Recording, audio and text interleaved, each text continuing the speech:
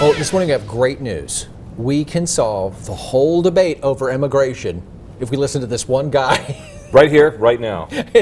Not you, certainly not me. Right. But this is, let me back up. This is Stuart Harris, professor of law at Lincoln Memorial University, the Duncan School of Law. He hosts your weekly constitutional radio program. And coming up, you're going to hear that one guy, a colleague of yours. Right, his name is Akram Faizer. And he has an idea. He has an idea, and the idea is an old one. It's an idea that many countries have adopted over the years, but it's rather controversial for reasons that will become obvious. It's the idea of permanent guest workers. Now, Akram himself is an immigrant. He was born in Sri Lanka. He emigrated to Canada, and then he eventually came to this country and became a citizen. So he knows wherever he speaks. You know, his family is all Sri Lankan. He's very interested in the immigration debate, and he recognizes that people who are conservative and concerned about border security, they have some valid concerns.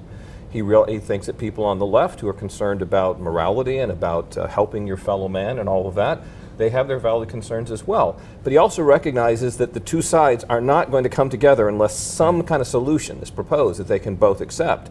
And so he's revived this idea of permanent guest workers. That means we would bring people in, perhaps even large numbers of people, and allow them to work legally with work permits, with the caveat that there would be no path to citizenship, and this is the constitutional issue, their children born here would not automatically become citizens pursuant to the 14th Amendment. Now that could be done, he says, constitutionally, just as we treat diplomats' kids who are over here and who have children while they're here. They are citizens of their country, not the United States. He thinks we could make a similar exception for these guest workers. Now I asked him, wouldn't that create a permanent underclass? Wouldn't there be resentment? Wouldn't there be demands from these people to become American citizens? He said, well, those are all possibilities.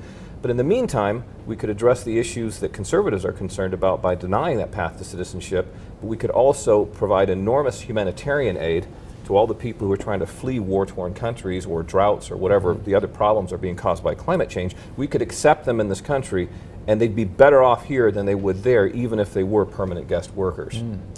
Does he know this to be pie in the sky? Does he think this is just intellectual? Well, I pointed it out playground? to him. I pointed out all of these problems to him, and he had answers for my questions. So we have a very interesting and in-depth discussion on these issues. You know, the debate's being conducted in the halls of the legislature, of federal, state legislatures these days, not in law school campuses. So how does what he's thinking get to somebody who could actually do something about this, or is he even at that point yet? Well, he's published an article. It's in the University of Tennessee's Law Review, a very prestigious law review. So at least in theory, people are reading it and thinking about it. And who knows, maybe one of these days, somebody will suggest something like this in the halls of Congress. You know, many of you are interested in the topic. Great way to hear some different perspectives. Stuart Harris, thank you. It's your weekly constitutional Sunday at 3, and then the rebroadcast Tuesday at 8 o'clock. We appreciate your time. Thank you, Josh.